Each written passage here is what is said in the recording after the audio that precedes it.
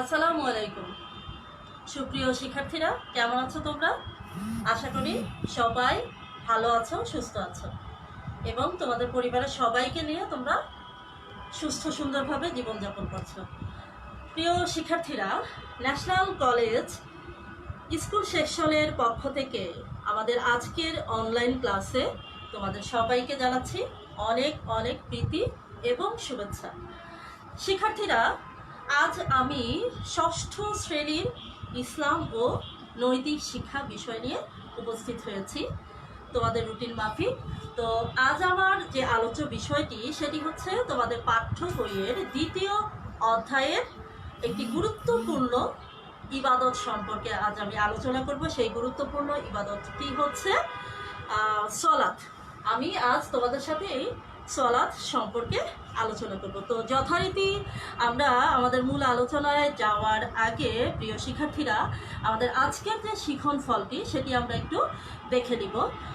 আমাদের আজকের শিখন ফল তোমরা দেখো শিক্ষার্থীরা, প্রথমেই আজকের এই পাঠ শেষে তোমরা প্রথমেই যে বিষয়টি জানতে পারবে সেটি হচ্ছে সলাতের সম্পর্কে বিস্তারিত ধারণা, যে সলাত অর্থ কি, সলাত কাকে বলে। এরপরে জানবে সলাতের ফরজ সমূহ, সলাতের ওয়াজিব, সলাত ভঙ্গের কারণ, সলাতের যে নিষিদ্ধ সময়গুলো রয়েছে সেই নিষিদ্ধ সময়গুলো সম্পর্কেও ধারণা লাভ করতে পারবে এবং সবশেষে সিজদায়ে সাহু বা আমরা যেটাকে সাহু সিজদা বলি, এই সাহু সিজদা সম্পর্কে আজ আমি তোমাদের সাথে আলোচনা করব। তো প্রিয় শিক্ষার্থীরা, আমরা আর দেরি না করে আমাদের মূল যে আলোচ্য বিষয়টি সলাত সে সম্পর্কে আলোচনা শুরু করে দিচ্ছি। আশা করি তোমরা খুব মনোযোগ সহকারে আজকের ক্লাসটি উপভোগ করবে এবং অবশ্যই সবাই খাতা কলম বই নিয়ে বসবে।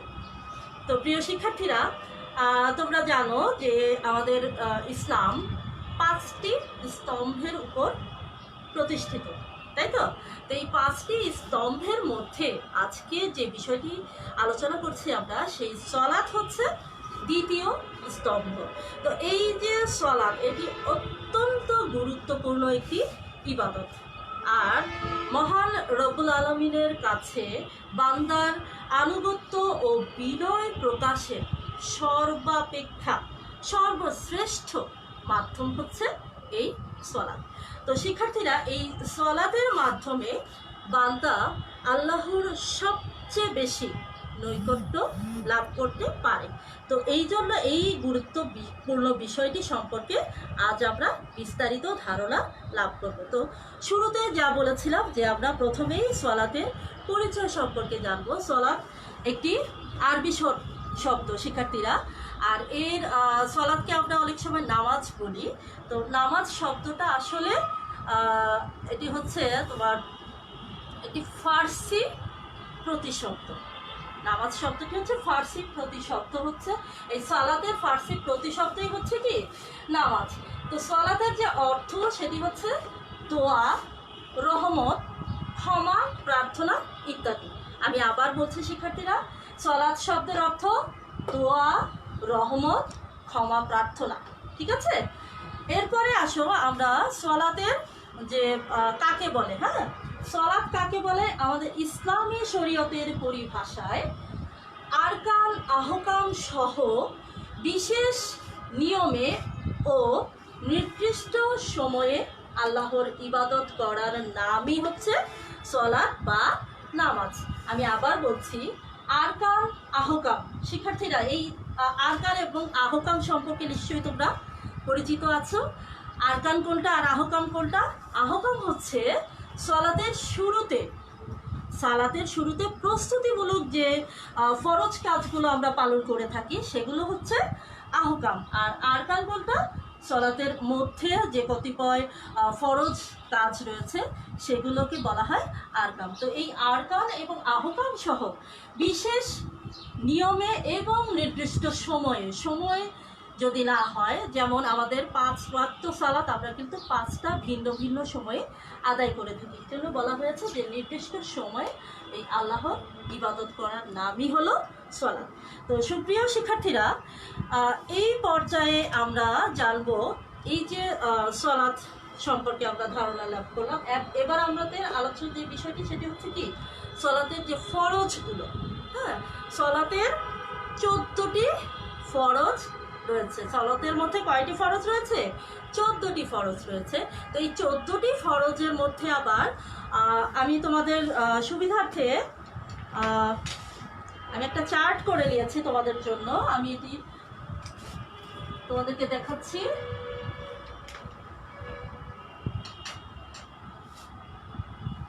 সলাতের ফরজ। আচ্ছা, আমি ক্যামেরাটা আরেকটু সামনে এনে দিচ্ছি তোমাদের দেখার সুবিধার্থে।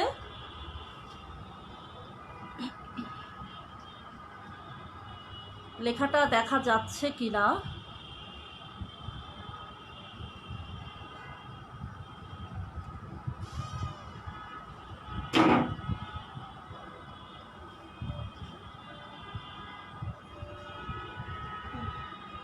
আচ্ছা, হ্যাঁ, আমার মনে হয় এবার পরিষ্কার দেখা যাচ্ছে। আর প্রিয় শিক্ষার্থীরা, তোমরা যারা আমার সাথে এই ক্লাসটি উপভোগ করছো, অবশ্যই তোমাদের নাম রোল লিখে কমেন্টের মাধ্যমে একটু জানিয়ে দাও যে লেখাটা ঠিকমতো দেখা যাচ্ছে কিনা। তো যা বলছিলাম শিক্ষার্থীরা, এখানে আমি একটু দেখে নিই দেখা যাচ্ছে কিনা। হ্যাঁ, মাহিন মুর্শেদ আছে, তারপরে সাজিল, ঠিক আছে। আচ্ছা, ঠিক আছে, দেখা যাচ্ছে, সব ক্লিয়ার। ওকে, থ্যাংক ইউ তোমাদেরকে। তো শিক্ষার্থীরা, যা বলছিলাম যে সালাতের ফরজ, এই যে ফরজ কিন্তু মোট 14টি ফরজ রয়েছে। তো এর মধ্যে ওই যে আমি বললাম যে আরকান এবং আহকাম, এই আরকান আহকাম হচ্ছে 7টি। আহকাম কোনটা সেটা কিন্তু মিস তোমাদের কিছুক্ষণ আগেই বলেছি যে সালাতের যে আহকাম সেটি হচ্ছে কি, যে সালাদটা আমরা সহি শুদ্ধভাবে পড়ার জন্য যে কতগুলো প্রয়োজনীয় বিষয় রয়েছে, যার কোনো একটি যদি ইচ্ছায় হোক বা অনিচ্ছায় হোক যদি বাদ পড়ে যায়, তাহলে কি হবে, নামাজটা বাতিল হয়ে যাবে বা ভঙ্গ হয়ে যাবে। তো নামাজে মোট এই 14টি ফরজ রয়েছে। আর এর মধ্যে নামাজের পূর্বে যে প্রস্তুতিমূলক 7টি ফরজ কাজ রয়েছে, এই 7টি ফরজ কাজকে কি বলা হয়? আহকাম বলা হয়। এখানে আমি তোমাদের সুবিধার্থে এই যে সালাতের আহকাম 7টি, সেই আহকামগুলো এখানে উল্লেখ করেছি আমি। শিক্ষার্থীরা তোমরা দেখো, আমাদের প্রথম আহকামটি হচ্ছে শরীর পবিত্র হওয়া।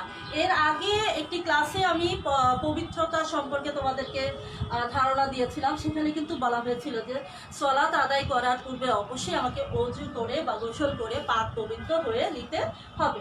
ঠিক তেমনি দ্বিতীয় যে আহকামটি আছে, যে পরিধানের কাপড় পবিত্র হওয়া, অর্থাৎ তুমি যেই কাপড়টি পরে সলাত আদায় করবে সেই কাপড়টি অবশ্যই পাক পবিত্র হতে হবে। এরপরে আছে নামাজের স্থান পবিত্র হওয়া, অর্থাৎ এই যে নামাজের স্থান যদি অপবিত্র হয় তাহলে কিন্তু সলাত কি হবে না, এটা বাতিল হয়ে যাবে। এটা পবিত্র হতে হবে। কমপক্ষে তুমি যে দাঁড়াবে, তোমার যে দাঁড়ানোর জায়গাটা, সেই জায়গা থেকে সিজদার জায়গা পর্যন্ত পবিত্র হতে হবে। আর 4 নম্বরে আছে সতর ঢাকা। সতর ঢাকা বলতে এখানে পুরুষের নাভি থেকে হাঁটু পর্যন্ত এবং নারীদের মুখমণ্ডল, 2 হাতের কবজি, পায়ের পাতা ছাড়া সমস্ত শরীর ঢাকা থাকবে, সেটাই হচ্ছে কি সতর ঢাকা। এরপরে আছে কিবলামুখী হওয়া। এখন কিবলামুখী কি? কিবলামুখী হচ্ছে যে কাবামুখী হয়ে, কাবার দিকে মুখ করে যে সালাত আদায় করতে হবে আমাদেরকে, অবশ্যই এই কিবলামুখী হতে হবে। অন্য কোনো দিকে ঘুরে সালাত আদায় করলে সেই সালাত কিন্তু হবে না। এই কিবলামুখী হওয়াটা কি সালাতের একটি ফরজ বা আহকাম। এরপরে 6 নম্বরে আমরা দেখতে পাচ্ছি নামাজের সময় হওয়া। অবশ্যই তুমি যে নামাজ আদায় করবে সেই নামাজের যদি সময় না হয়, যেমন ফজরের সময় যদি তুমি নামাজ না পড়ে যখন সূর্য উঠে গেল তখন তুমি ফজরের নামাজ পড়ো, সেটা কি হবে? অবশ্যই সেই নামাজ হবে না। অতএব নামাজের সময় হওয়াটাও কি সলাতের একটি ফরজ। আর আমাদের সর্বশেষ যে আহকামটি আছে সেটি হচ্ছে নিয়ত করা, অর্থাৎ যে ওয়াক্তের নামাজ আদায় করবে মনে মনে সেই ওয়াক্তের সময়ের নিয়ত করতে হবে। আর আমরা চাইলে আমাদের নিজ নিজ ভাষায়, হ্যাঁ, প্রত্যেকে আমাদের নিজ নিজ ভাষায় এই নিয়তটি করতে পারবো। তো প্রিয় শিক্ষার্থীরা, এরপরে আছে সালাতের, আমি বলেছিলাম 14টি ফরজ, 14টির মধ্যে আহকাম হচ্ছে 7টি। আর এখন আমি যে 7টি ফরজের কথা বলবো, এই 7টি ফরজ হচ্ছে কি সালাতের আরকান, অর্থাৎ সালাতের ভিতরে যে 7টি ফরজ কাজ রয়েছে, যে 7টি ফরজ কাজ আমাদেরকে অবশ্যই পালন করতে হয়, সেই 7টি ফরজ কাজকে আমরা কি বলি? আরকান বলে থাকি। তো প্রথম আরকান কি হচ্ছে? তাকবীরে তাহারিমা, অর্থাৎ আল্লাহু আকবার বলে আমরা যে নামাজটা শুরু করি, এটা হচ্ছে তাকবীরে তাহারিমা। এরপরে দাঁড়িয়ে নামাজ আদায় করা। প্রিয় শিক্ষার্থীরা, অবশ্যই সালাত কি করতে হবে? দাঁড়িয়ে আদায় করতে হবে। আর যদি কোনো কারণে কেউ দাঁড়িয়ে আদায় করতে সক্ষম না হয় বা অসুস্থ থাকে, সেক্ষেত্রে কী করবে? বসে পড়বে। আর যদি বসেও আদায় করতে সক্ষম না হয়, সেক্ষেত্রে তার জন্য বিধান আছে, শুয়ে ইশারার মাধ্যমে সালাত আদায় করতে পারবে। এরপর 3 নম্বর যে আরকানটি রয়েছে সেটি হচ্ছে কি? সূরা বা আয়াত তিলাওয়াত করা। ঠিক আছে, সূরা বা আয়াত কি করতে হবে? তিলাওয়াত করতে হবে। এটা হচ্ছে একটি ফরজ সালাতের। এরপরে যে 4 নম্বর ফরজটি হচ্ছে রুকু করা। 5-এ দেখতে পাচ্ছি সিজদা করা, এটাও একটি ফরজ। আর 6 নম্বরে আছে শেষ বৈঠক। এখন প্রিয় শিক্ষার্থীরা, শেষ বৈঠকটা কি তোমরা বুঝতে পেরেছ? শেষ বৈঠক হলো যে বৈঠকের মধ্যে তাশাহুদ, দুরুদ, দোয়া মাসুরা পড়ে সালাম ফিরিয়ে নামাজ শেষ করা হয়, সেটাই হচ্ছে শেষ বৈঠক। 2 রাকাতের নামাজ হলে দ্বিতীয় রাকাতে যে বৈঠক করে সেটা হচ্ছে শেষ বৈঠক। আর তৃতীয় রাকাত বিশিষ্ট নামাজ হলে তৃতীয় রাকাতে যে বৈঠকটা করা হয় সেটা হচ্ছে সেই সলাতের শেষ বৈঠক। আর চতুর্থ রাকাত বিশিষ্ট যে সলাত, সেখানে 2টি বৈঠক হয়, তাই না? একটি হচ্ছে প্রথম বৈঠক দ্বিতীয় রাকাতের সময়, আর একেবারে চতুর্থ রাকাতে যে বৈঠকটা করা হয় সেটা হচ্ছে শেষ বৈঠক। আর সর্বশেষ যে আরকানটি আমরা দেখতে পাচ্ছি সেটি হচ্ছে কি? সালাম, উভয় পাশে সালাম ফিরিয়ে, এই সালাম ফিরানোর মাধ্যমে নামাজ শেষ করা। তো প্রিয় শিক্ষার্থীরা, আমরা জানলাম যে সালাতের মোট যে 14টি ফরজ রয়েছে, সেই 14টি ফরজ সম্পর্কে আমরা ধারণা লাভ করলাম। তো প্রিয় শিক্ষার্থীরা, এই পর্যায়ে আমরা এখন যে বিষয়টি সম্পর্কে জানবো সেটি হচ্ছে, আমি ক্যামেরাটা আবার ঠিক করে দিচ্ছি।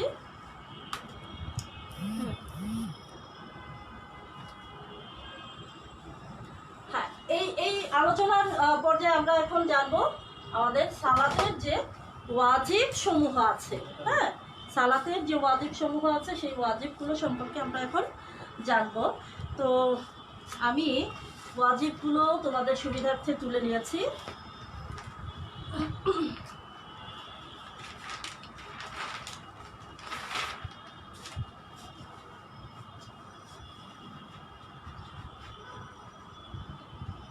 আচ্ছা,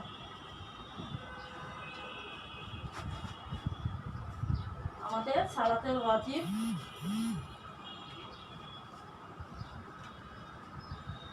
আশা করি শিক্ষার্থীরা তোমরা দেখতে পাচ্ছ।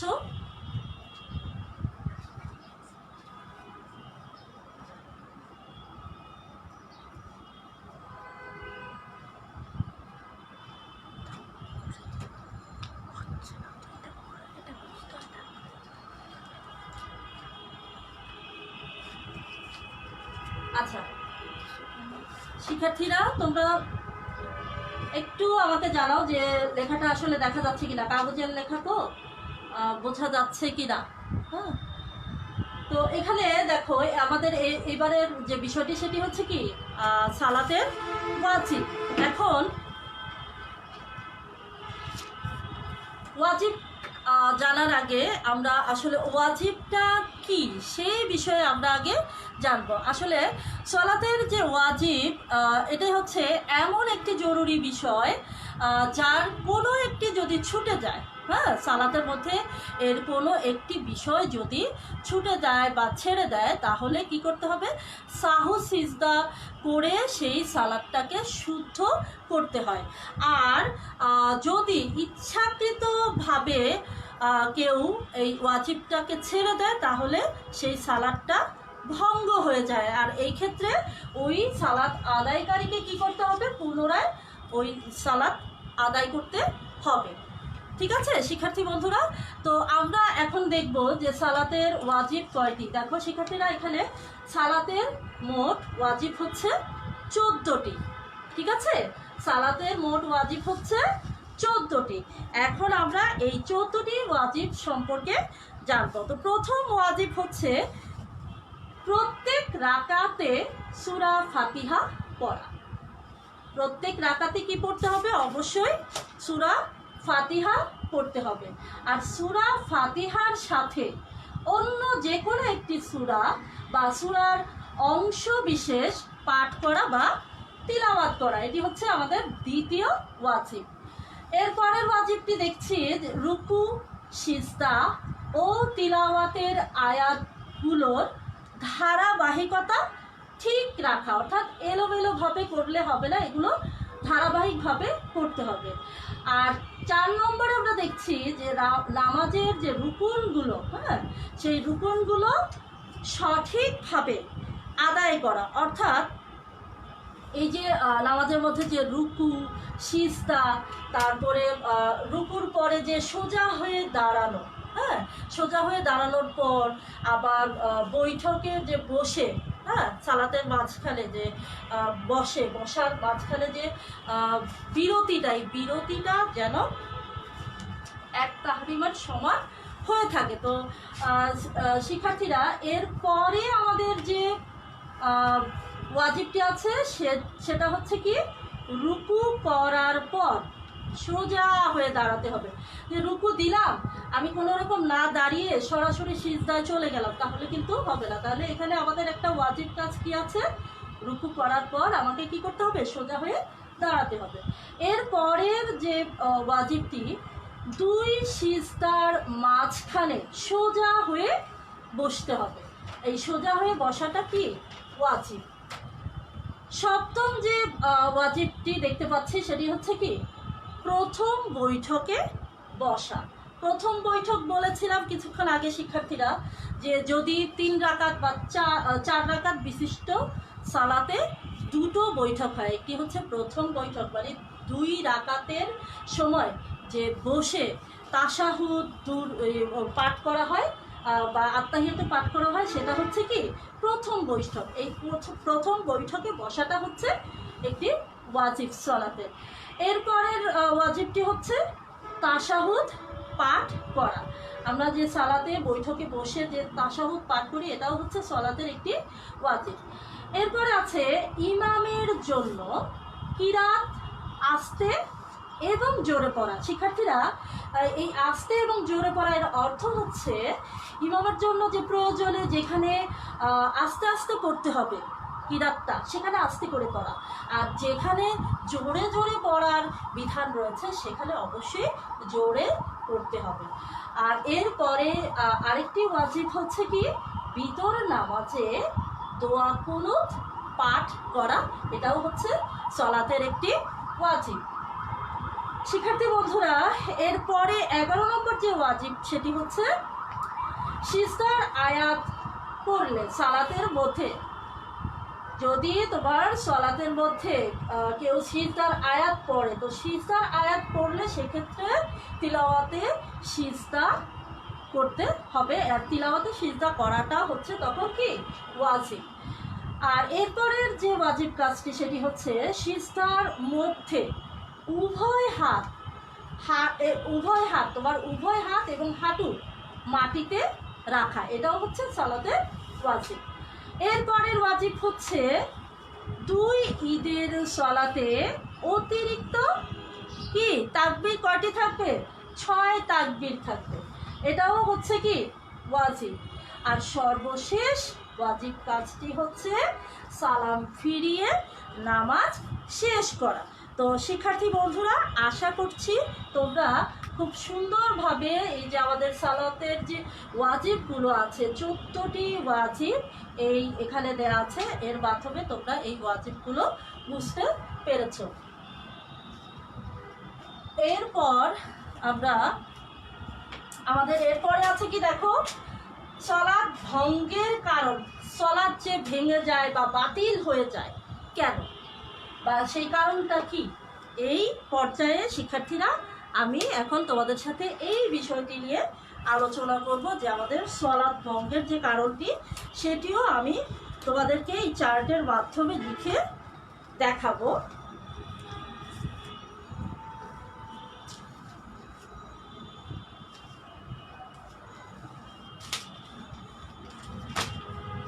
তোমাদের কোনো প্রশ্ন থাকলে প্রিয় শিক্ষার্থীরা, তোমরা যারা আমার সাথে আছো, যদি কোনো প্রশ্ন থাকে অবশ্যই মিসকে জিজ্ঞেস করতে পারো।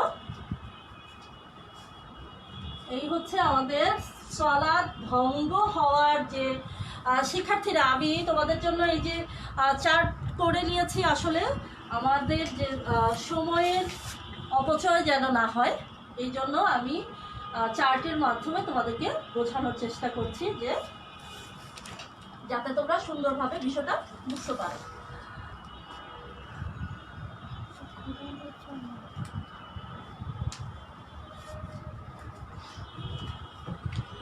আমরা এখন জানবো সালাত কি কি কারণে ভঙ্গ হয়। হ্যাঁ, তো সালাতের শুরুতে শিক্ষার্থীরা আমরা কি করি, সালাতের শুরুতে আল্লাহু আকবার বলে, সালাতের দাঁড়িয়ে আমরা কি বলি, আল্লাহু আকবার বলে হাত বাঁধি, আর একে কি বলা হয়, তাকবীরে তাহরিমা।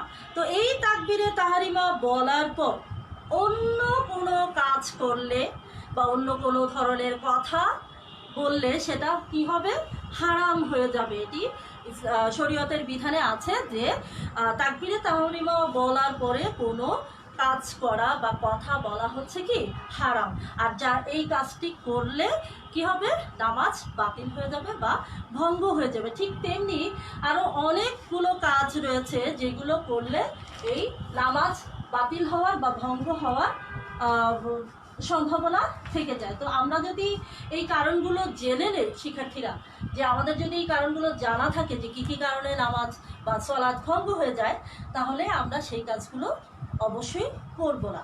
তো এখানে দেখতে পাচ্ছি প্রথমে আমাদের সালাত ভঙ্গের যে কারণটি দেওয়া হয়েছে, প্রথমেই আছে দেখো, নামাজের মধ্যে বা সালাতের মধ্যে কাউকে সালাম দিলে।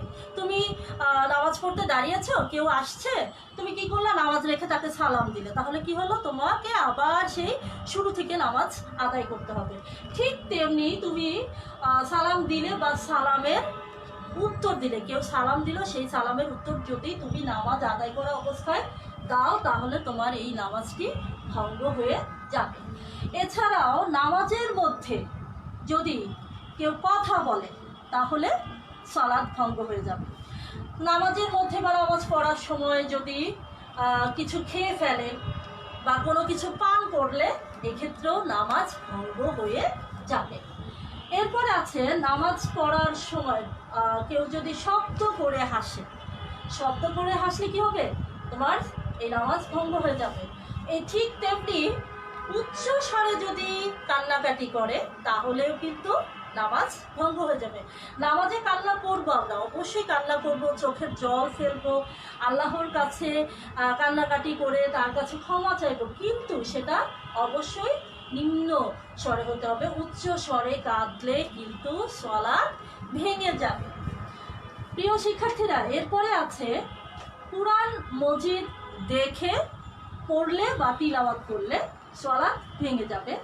এছাড়া যেটি দেখতে পাচ্ছি আমরা, যে কিবলার দিকে সিনা কিবলার দিক থেকে যদি সিনা ঘুরায়, কেউ যদি সলাতে কিবলামুখী হয়ে ঠিকই দাঁড়িয়েছে কিন্তু সলাৎ পড়া শুরু করার পরে সে কিবলার দিক থেকে সিনাটাকে ঘুরিয়ে অন্য কোনো দিকে নিয়ে গেল, তাহলে তার সলাৎ কি হবে? ভেঙে যাবে, তাকে নতুন করে আবার সলাৎ আদায় করতে হবে। এরপরে শিক্ষার্থীরা দেখো, সলাতের মধ্যে তোমার 2 হাত দিয়ে যদি কোনো কাজ করো তাহলে কি হবে? সলাৎ ভেঙে যাবে। এরপরে আছে মুক্তাদি যদি ইমামের কিছু সামনে দাঁড়ায় তাহলে কি হবে? তার সলাৎ ভেঙে যাবে। কার? মুক্তাদির সলাৎ ভেঙে যাবে। এরপরে আছে অপবিত্র স্থানে সিজদা করলে। তুমি নামাজে দাঁড়িয়েছো, বলেছি প্রথমে যে আমাদের ফরজ হচ্ছে কি নামাজের স্থানটা, জায়গাটা পবিত্র হবে, কিন্তু তুমি সেই অপবিত্র জায়গায় দাঁড়িয়ে নামাজ পড়লে, সেখানে সিজদা করলে তোমার সালাত হবে না, ভেঙে যাবে। আর এরপরে আছে দুনিয়ার কোনো কিছু প্রার্থনা করলে। এখন তুমি সালাতের মধ্যে বসে দুনিয়ার যে বাড়ি গাড়ি সম্পদ এগুলো যদি প্রার্থনা করতে থাকো তাহলে কি হবে? তোমার সালাতটা ভেঙে যাবে। প্রিয় শিক্ষার্থীরা, বিনা কারণে যদি তোমরা কেউ বারবার হাঁচি দেয়, কাশি দেয় কোনো কারণ ছাড়া অযথা, তাহলে সেক্ষেত্রে সালাত ভেঙে যাবে। এরপরে আছে দেখো, নামাজের কোনো ফরজ যদি ছুটে যায় বা বাদ যায় সেক্ষেত্রে তোমাকে আবার নতুন করে প্রথম থেকে আবার এই সালাতটি আদায় করতে হবে বা নামাজ পড়তে হবে। এরপরে 14 নম্বরে আছে, কোনো সুসংবাদ শুনে যদি কেউ আলহামদুলিল্লাহ বলে নামাজরত অবস্থায়, নামাজ পড়ছে সেই অবস্থায় যদি কোনো সুসংবাদ শুনলে, শোনার পরে সেখানে তুমি আলহামদুলিল্লাহ বললে, তাহলে সেক্ষেত্রে তোমার নামাজ ভেঙে যাবে। সুসংবাদ শুনলে আমরা আলহামদুলিল্লাহ বলবো, কিন্তু সেটা নামাজ পড়া অবস্থায় অবশ্যই নয়। প্রিয় শিক্ষার্থীরা, ঠিক তেমনি কোনো দুঃসংবাদ শুনেও যদি কেউ ইন্না লিল্লাহ বলে সেক্ষেত্রেও তার নামাজ ছুটে যাবে বা বাতিল হয়ে যাবে, ভঙ্গ হয়ে যাবে। এরপরে আছে দেখো, হাঁচি দিয়ে আলহামদুলিল্লাহ বলো। নামাজ পড়া অবস্থায় তুমি হাঁচি দিলে, হাঁচি দেওয়ার পরে আবার কি করলে? আলহামদুলিল্লাহ বললে, এই কাজটি করলেও তোমার নামাজ ভেঙে যাবে। এরপরে আছে হাঁচির উত্তরে ইয়ার হামুকাল্লাহ বললে। হাঁচি দিয়ে বললে আলহামদুলিল্লাহ, হাঁচির উত্তর দিলে, এই কাজগুলো করলে নামাজ ভঙ্গ হয়ে যাবে। শিক্ষার্থীরা, এরপরে আছে নিজের ইমাম ছাড়া অন্য কারো ভুল ধরা যাবে না। তুমি ভুল যদি পাও, ইমামের কোনো ভুল পেলে সেক্ষেত্রে ইমামের ভুলটা তুমি ধরে দিবে বা শুধরে দিবে, কিন্তু অন্য কারো ভুল ধরা যাবে না, এক্ষেত্রে নামাজ ভঙ্গ হয়ে যাবে। এরপরে সর্বশেষ যে ওয়াজিব সালাত ভঙ্গের কারণটি আছে সেটি হচ্ছে আমলে কাসির করলে। এই আমলে কাসির অর্থাৎ এমন কোনো কাজ করা যা দেখলে মানুষ মনে করবে যে সে নামাজ পড়ছে না, মানে এমন কোনো কাজ যদি কেউ করে যেটা দেখে মনে হবে যে এই লোকটি নামাজ পড়ছে না, সেটাই হচ্ছে কি আমলে কাসির। এই কাজটি করলেও শিক্ষার্থীরা তোমাদের সালাত ভঙ্গ হয়ে যাবে। সেক্ষেত্রে কি করতে হবে? আমাদেরকে আবার নতুন করে শুরু থেকে সালাত আদায় করতে হবে। তো আশা করি প্রিয় শিক্ষার্থীরা, এই যে 3টি বিষয়, সালাতের ফরজ, তারপরে ওয়াজিব, এরপর আমরা জানলাম কি সালাত ভঙ্গ হওয়ার কারণ। তো প্রিয় শিক্ষার্থীরা, এই পর্যায়ে আমাদের কাছে আছে এখন কি সালাতের নিষিদ্ধ সময়। ঠিক আছে, ওই যে বলেছিলাম না এখানে যে নির্দিষ্ট সময়ে আল্লাহর ইবাদত করতে হবে, তার মানে কি সালাতের এই যে নিষিদ্ধ যে সময়টা আছে, এই নিষিদ্ধ সময়ে আমাদেরকে সালাত পড়া যাবে না। আর এখন আমরা তাহলে জানবো যে আসলে এই নিষিদ্ধ সময়টা কোনটা কোনটা। তোমরা কিন্তু পঞ্চম শ্রেণীতে খুব ভালোভাবে, আমার মনে হয় যে তোমাদের অনেকেরই মনে আছে যে সালাতের নিষিদ্ধ সময় হচ্ছে কয়টি? 3টি। হ্যাঁ, সালাতের নিষিদ্ধ সময় হচ্ছে 3টি। প্রথমটি হচ্ছে কি ঠিক সূর্যোদয়ের সময়, সকালে যখন সূর্য উদয় হয় ওই মুহূর্তে নামাজ পড়া কি হারাম, ওই সময় নামাজ পড়া যাবে না। আর দ্বিতীয় যে নিষিদ্ধ সময়টি সেটি হচ্ছে ঠিক দ্বিপ্রহর, একেবারে সূর্য যখন তোমার মাথার উপর বরাবর থাকবে, এই যে দ্বিপ্রহর, এই সময়ও সলাৎ আদায় করলে সেটা হারাম হবে, এই সময় সলাৎ আদায় করা যাবে না। প্রিয় শিক্ষার্থীরা, আমাদের যে তৃতীয় যে নিষিদ্ধ সময়টি সেটি হচ্ছে সূর্যাস্তের সময়। বিকেলবেলা যে সন্ধ্যায় যে সূর্য অস্ত যায়, যে কিছুক্ষণ পরেই দেখবে সূর্য অস্ত হবে, এই সূর্যাস্তের সময় যদি কেউ সলাৎ আদায় করে তাহলে সেক্ষেত্রে কি হবে, সেটা হারাম হয়ে যাবে। তো আমরা এই তিনটি সময়ে, একটি হচ্ছে সূর্যোদয়ের সময়, একটি হচ্ছে দ্বিপ্রহরের সময় এবং সবশেষ হচ্ছে কি সূর্যাস্তের সময় আমরা এই সালাত আদায় করা থেকে বিরত থাকবো। তো প্রিয় শিক্ষার্থীরা, আমাদের এই সালাতের যে নিষিদ্ধ সময় সেটিও হয়ে গেল। এবার আমাদের সর্বশেষ যে টপিকটি রয়ে গেছে সিজদায়ে সাহু, বা এটাকে আমরা সাহু সিজদাও বলে থাকি। এই সিজদায়ে সাহুটা হচ্ছে শিক্ষার্থীরা ভুলের জন্য, এই সিজদায়ে সাহু এর অর্থই হচ্ছে ভুলের জন্য সিজদা করা। ভুলের জন্য কি সিজদা করা, ভুল বশত তোমার সলাতে কোনো ওয়াজিব যদি বাদ পড়ে যায় সেক্ষেত্রে ওই ভুলটাকে সংশোধন করার জন্য সলাতের শেষ বৈঠকে দুইটি সিজদা করা হয়ে থাকে। আর এই যে সিজদা, একেই বলা হয় সিজদায়ে সাহু বা সাহু সিজদা। তো শিক্ষার্থী বন্ধুরা, আমরা এই বিষয়টি আলোচনার কারণই হচ্ছে যে এই যে সিজদায়ে সাহু, অনেকেই আমরা জানি না যে এই সিজদায়ে সাহু কিভাবে আদায় করতে হবে। তো সিজদায়ে সাহু আদায়ের নিয়মটি আমি তোমাদেরকে এখন বলছি, তোমরা একটু মনোযোগ দিয়ে শুনবে। অনেক খুবই সহজ। যেমন আমি বলেছিলাম যে কোনো ওয়াজিব যদি ছুটে যায় সেক্ষেত্রে আমি কি করব, আমার যে সালাত বা নামাজের শেষ যে বৈঠকটি থাকবে সেই শেষ বৈঠকে আমি কি করব, তাশাহুদ পড়ি আমরা, তাই না? শেষ বৈঠকে তাশাহুদ পড়ার পর আমি কি করব, ডান পাশে আসসালামু আলাইকুম ওয়া রাহমাতুল্লাহ এই সালাম ফিরাবো। ফিরানোর পর আমি বাম পাশে সালাম না ফিরিয়ে পুনরায় আমি কোথায় চলে যাব, সিজদায় চলে যাব। ঠিক আছে, পুনরায় যথা নিয়মে সিজদা করে আবার আমি কি করব, তাশাহুদ পড়ব, দুরূদ পড়ব, দোয়া মাসুরা পড়ব। এরপর আমি দুই কাঁধে, প্রথমে ডান পাশে পরে বাম পাশে সালাম ফিরিয়ে আমার সালাতটাকে শেষ করব। আর এইটাই হচ্ছে এই যে আমাদের সিজদায়ে সাহু বা সাহু সিজদার নিয়ম। তো এক্ষেত্রে আরেকটি বিষয় হচ্ছে শিক্ষার্থীরা, তোমরা একটু মনে রাখবে, সেটি হচ্ছে যদি দাঁড়ানোর আগেই তুমি যে ভুল করেছো, হ্যাঁ, যে ধরো যে তুমি ইয়ে করো নাই, কি বলে, বসতে ভুলে গেছো, বা বসা থেকে উঠে দাঁড়ানোর পূর্বে যদি তোমার মনে পড়ে যায়, হ্যাঁ, তাহলে কি করবে, তুমি সাথে সাথে বসে পড়বে আর ওই বৈঠকটা কি করবে, শেষ করবে। আর যদি দাঁড়ানোর পরে তুমি দাঁড়িয়ে গেছো, এর পরে যদি তোমার মনে হয় যে না আমার একটা ভুল হয়ে গেছে, আমি এই কাজ ওয়াজিবটা পালন করতে ভুলে গেছি বা হয়নি, তো সেক্ষেত্রে তুমি কি করবে, আর বসবে না।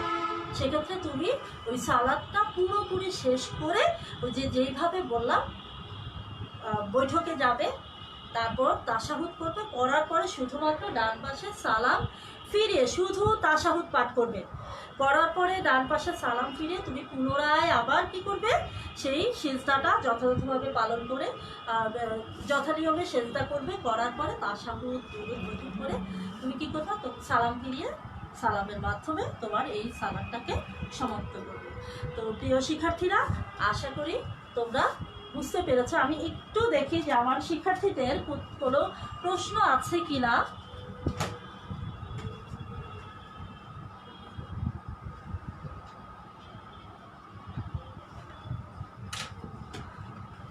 কারো কোনো প্রশ্ন?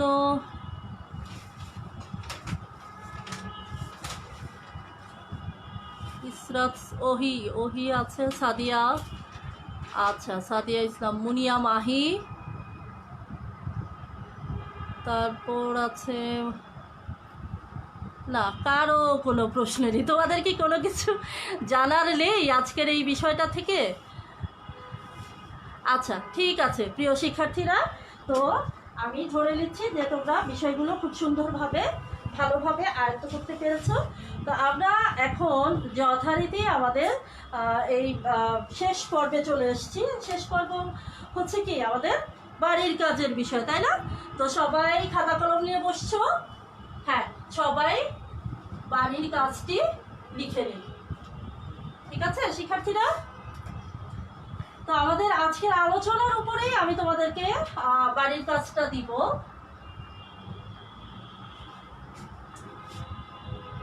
বাড়ির কাজ। আচ্ছা, প্রথম যে প্রশ্নটি সেটি হচ্ছে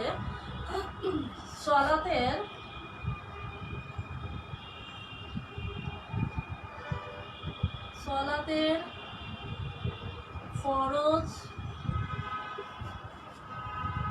গুলো লিখো। যে 14টি ফরজ আলোচনা করেছে সেই ফরজগুলো লিখবে। দ্বিতীয় প্রশ্নটি হচ্ছে সলাত ভঙ্গের কারণ। সলাত ভঙ্গের কারণ ব্যাখ্যা করো। আর সর্বশেষ আরেকটি দিব তোমাদের, এই যে সাহু সিজদা, এটার উপরে যে সাহু সিজদা করার নিয়ম ব্যাখ্যা করো। সিজদায়ে সাহু কিভাবে করবে ব্যাখ্যা করো। 3টি প্রশ্ন দিলাম শিক্ষার্থীরা, অবশ্যই তোমরা আজকের পাঠের থেকে এই 3টি প্রশ্নের উত্তর পেয়ে যাবে। তো প্রিয় শিক্ষার্থীরা, আজ আমার সাথে তোমরা যারা যারা ছিলে ন্যাশনাল কলেজের যে 6ষ্ঠ শ্রেণীর শিক্ষার্থীরা, তোমাদের এছাড়া অন্যরাও যদি দেখে থাকো আজকের এই ক্লাসটি, তো তোমাদের সবাইকে অসংখ্য ধন্যবাদ জানিয়ে এবং সেই আগামী ক্লাসটি দেখার আমন্ত্রণ জানিয়ে আজকের মতো মিস তোমাদের কাছ থেকে বিদায় নিচ্ছি। আশা করি তোমরা ভালো থাকবে, সুস্থ থাকবে ইনশাআল্লাহ। তো আল্লাহ হাফেজ।